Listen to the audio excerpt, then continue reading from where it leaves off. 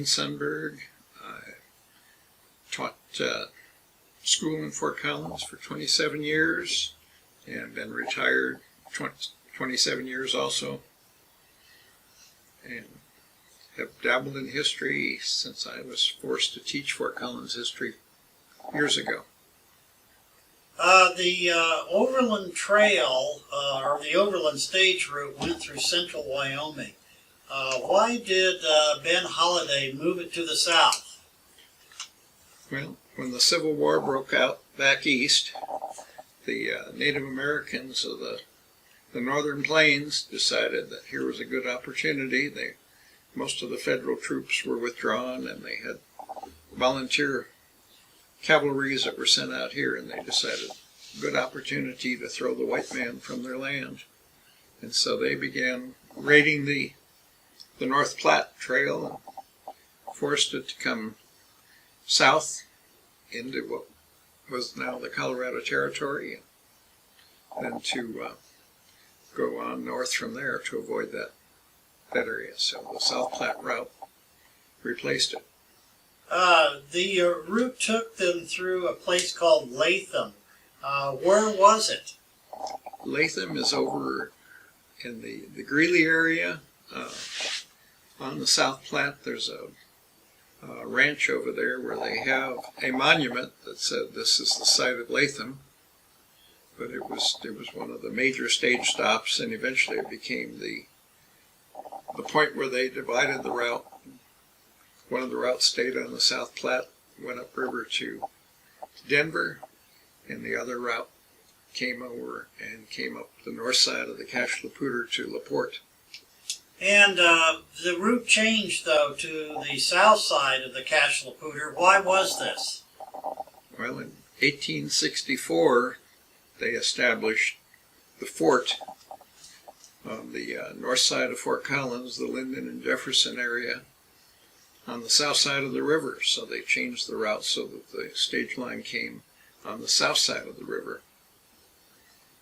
And there were two routes through northern Colorado. One of them came from Overland Park and went up Park Creek. Why were there two routes? Well, they used one, and over time it became more difficult, so they moved it over to make it a little easier route to travel on. And what significance was there to the coming of the Overland Stage Company to Larimer County? Well, when they established stage stations, and particularly the home stations like LaPorte, it brought people in who set up businesses to service the travelers, and from that grew communities like LaPorte and Virginia Dale. So it was just an incentive for people to come out here, and some of the people who came through said, yeah, nice place, I'd like to come back and settle someday. And some of them did. Good. Well, thank you very much, Wayne. I greatly appreciate it.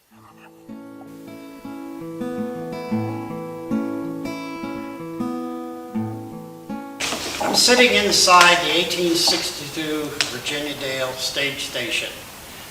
The first route through this area was the Cherokee Trail, and it ran along the foothills.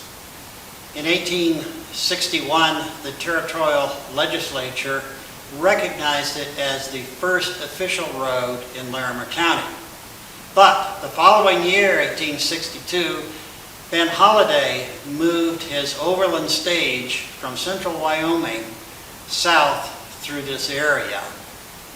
And the original route went through Latham, which is located to the east of Greeley. But as Denver began to grow, a route was established south to Denver and back up along the foothills. In 1862, Holiday assigned Joseph Jack Slade to establish a location along the route, and he picked this beautiful little valley that we know as Virginia Dale, naming it for his wife Virginia and for the creek, Dale Creek, that ran through this area. And this continued for quite a while as a stage station, but In 1867, the Union Pacific, in its quest for construction of a transcontinental railroad, dipped down into Colorado. And this spelled the end of long-distance stagecoach travel. Obviously, Holiday saw the writing on the wall, and he sold the Overland Stage Company to Wells Fargo. In 1870, a direct route was built from Cheyenne south to Denver, and stagecoach travel through this area diminished.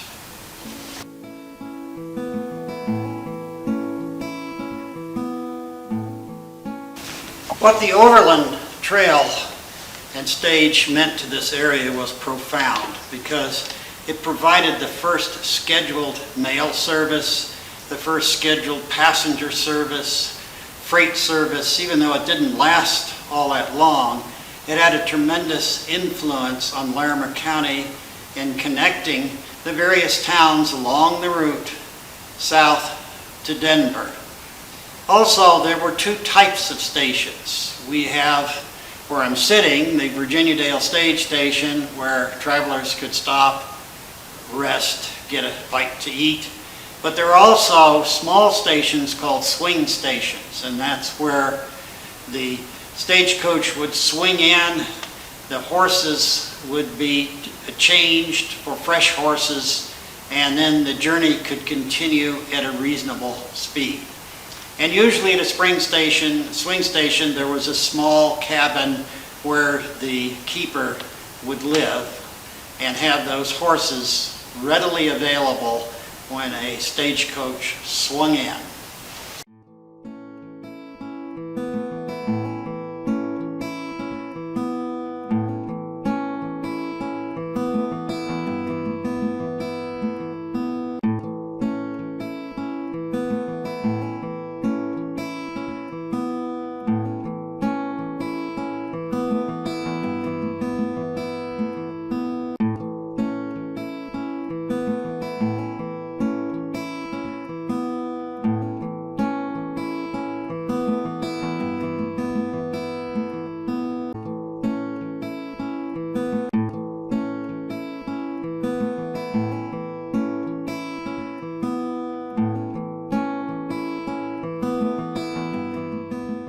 This stage station was made in three pieces. You have vertical posts, you can see one behind me, and you have sets of horizontal hand-hewn logs, and the logs have a tenon, and they fit into a groove or a mortise in the vertical posts. At one time, there was a porch in the front of this, and it shows up in historic photographs at some point in time. Either due to neglect or rot or something, the porch was removed, and it no longer shows up in some of the later photographs. So the Virginia Dale Community Club undertook the project of putting the porch back on. So now the stage station looks very much like it did in historical photographs.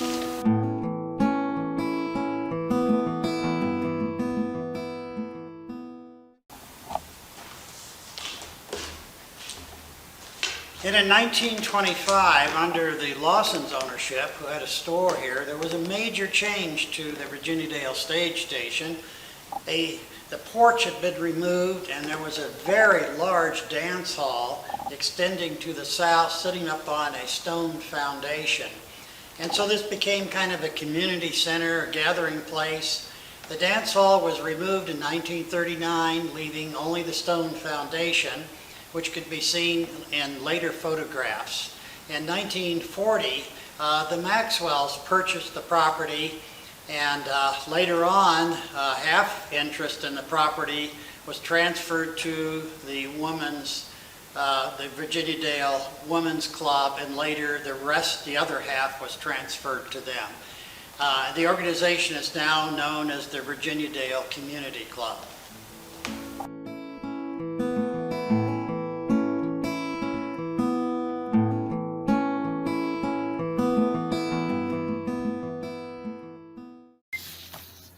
William Henry Jackson's photograph was taken in 1873 during the Hayden expedition and is the first high-resolution image of the stage station. It shows the station as it looked shortly after abandonment. The barn and the corral were later removed. In 1908, the station was serving as a store and post office.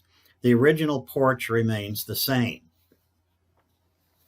Identified as 1916-1917, the station retains its front porch and is now the Virginia Dale store. Lettering below reads Post Office General Merchandise. A small sign over the large barrel reads Gas. Sign on the wall over the barrel reads Diamond Tires. The station was on the main road through the area. US 287 bypassed the station in 1932. 1925-1926 shows that A.J. Lawson was operating the store and has enclosed the porch. The clapboard siding is nicely painted. A door has been added for the entry into the porch. A shed-like structure with its entrance on the main building appears on the west end of the porch with its own window. A vintage car is parked in front. Dated June 1925 shows the dance hall under construction. It sits on its own foundation directly on the south side of the station. The front porch has been removed under Lawson's ownership. The hand-hewn logs on the west end of the south wall are exposed since the shed-like entrance was removed. Taken after 1925 and looking at the east end, a door to the dance hall was located next to the stage station and required steps to enter on the level of the floor. Part of the clapboard siding on the dance hall has been covered. The original clapboard siding on the east wall of the station remains. The rubble around the chimney dates back to when the station was built in 1862. In this 1934 photograph, the dance hall has been removed and it looks like some framing material remains. It could also be a scaffold. The south side appears to have been recently painted. A small dormer has been added to the roof. Taken at about 1935, all traces of the dance hall are gone except for its stone foundation. The small dormer looks like it's in bad shape, and part of the clapboard siding is missing on the south wall. This ends the historic photographs of the Virginia Dale Stage Station.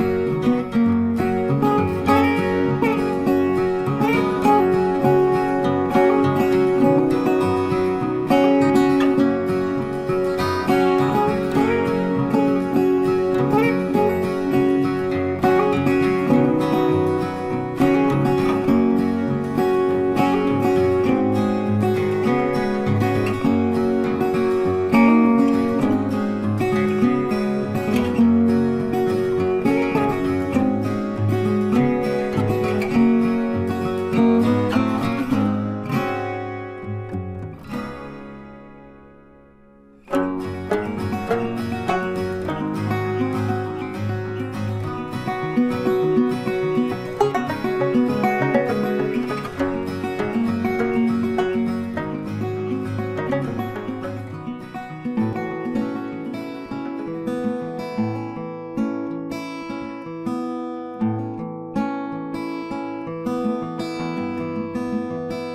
name is Sylvia Garofalo, and I'm the president of the Virginia Dale Community Club. And what connection do you have with the stage station? I'm the president of the club. I didn't have any previous because I moved here from New York State when I was 40. And how many years have you been working on preserving the stage station? I joined the club in 1996, and 1997 we started making a quilt every year to raise money for the preservation.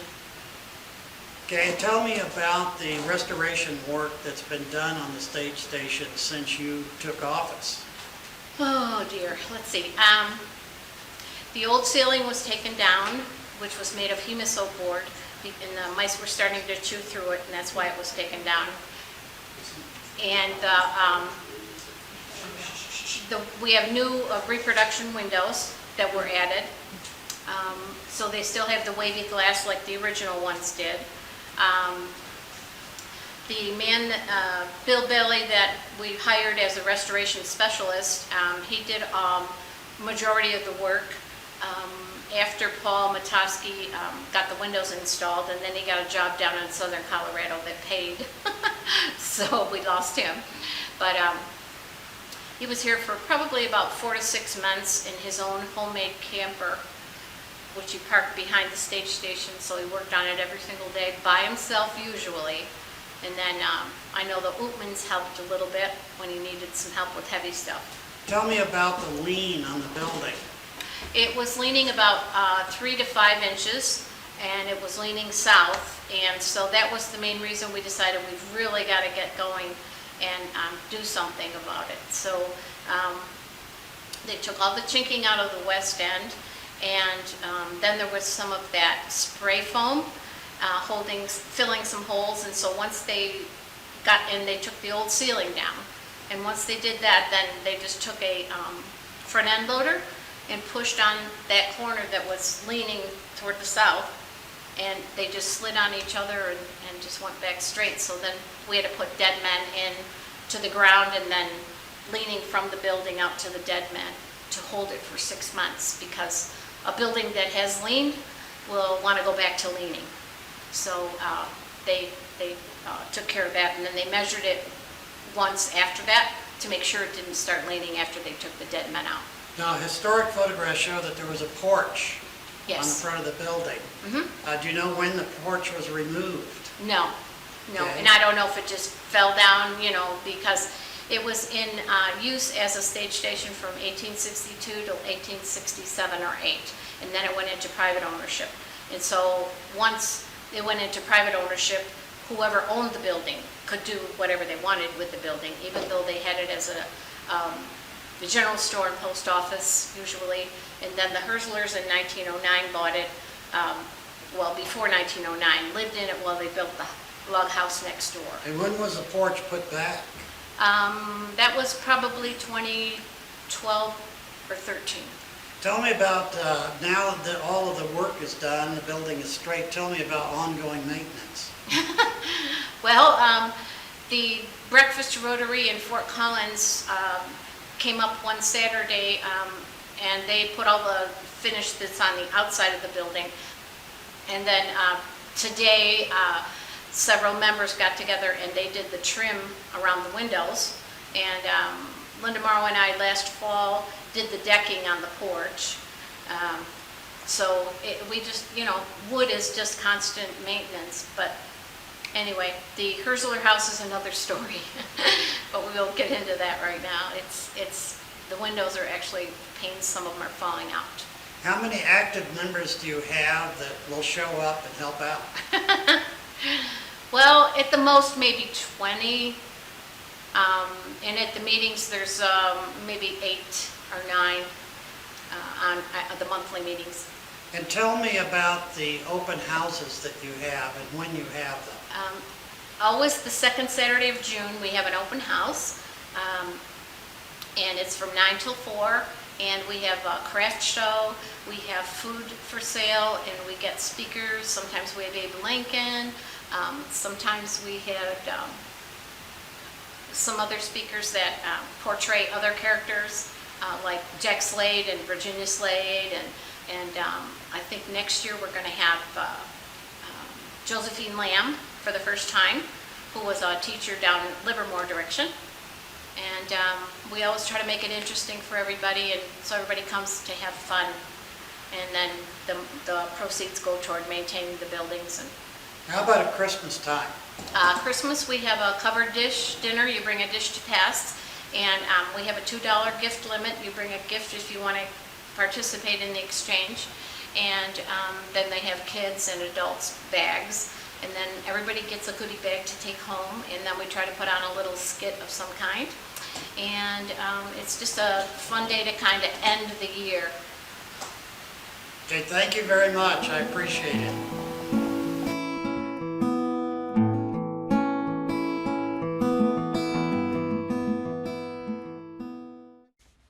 Here's a look at the restoration work that's been done on the Virginia Dale stage station over the past 3 decades.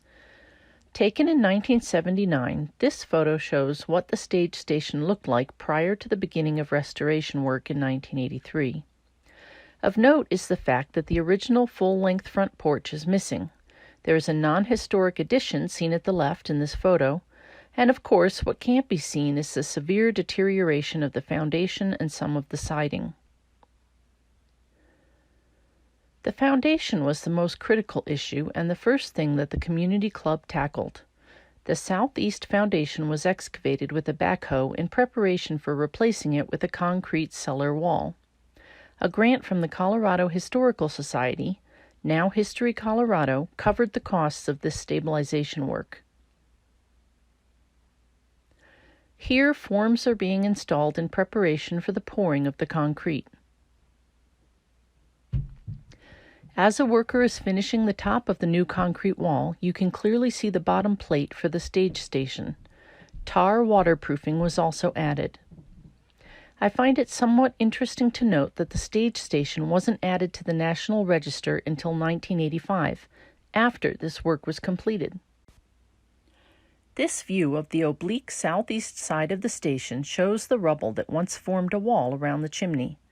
This photo was taken in the summer of 2003, showing that not much work had been done on the exterior since shoring up the foundation. The shed addition that had been attached to the west side of the building was removed, and the doorway plugged with horizontal boards. In this August 2009 photograph that Ken took, you can see that little has changed since 2003. The east wall also has yet to be repaired. This photo shows the north or back wall of the stage station. It takes the brunt of the weather and had been protected for many years with layers of tar paper. In this March 2012 photo, you can see that cables have been added to the far end of the wall to help bring the entire structure into vertical alignment. The cables remained in place for several months. Here is the southeast corner of the building, just over where the foundation had been redone back in 1983. This gap, shown in the photo, had been a chronic problem, allowing snow to enter the building. This was repaired in 2012. A front loader was used to push the building back into vertical alignment. Support beams were put up to hold the building square, along with those cables that we saw in a previous photo that were pulling on the north wall. After several months, these beams were removed. In the summer of 2015, work on the porch began. Pictured here are Kenneth Jessen on the left and Wayne Sundberg on the right. By August of 2018, new clapboard siding had been added on the east end of the building. The tar paper that once covered the north wall had been removed. A false door was placed over the location of an original door. A steel bracket now surrounds the upper part of the chimney, holding it securely. The porch was reconstructed based on historic photos. Work took place between 2015 and 2017, bringing the stage station very close to its original appearance. The shingle roof was replaced with a corrugated metal roof, which also protected the new porch. This photo was taken in the summer of 2019 and shows the restored Virginia Dale Stage Station. So far, I've focused on the exterior work that's been done, so let's take a moment to pop inside and see how the interior was treated. Here we can see the stabilization work that needed to be done to correct the building's 3% lean to the south. Black lines have been overlaid on the photo to show the degree of lean on the chimney located at the west end of the building. Note that it wasn't just that the chimney was leaning, but the entire building had shifted. So the cables and supports on the outside of the building were correcting the lean, and once that was corrected, the chimney itself could be dealt with. Using the original bricks, the chimney was rebuilt, now in proper alignment. I hope all of you enjoyed this virtual tour of one of the most historic structures in Larimer County, the Virginia Dale Stage Station.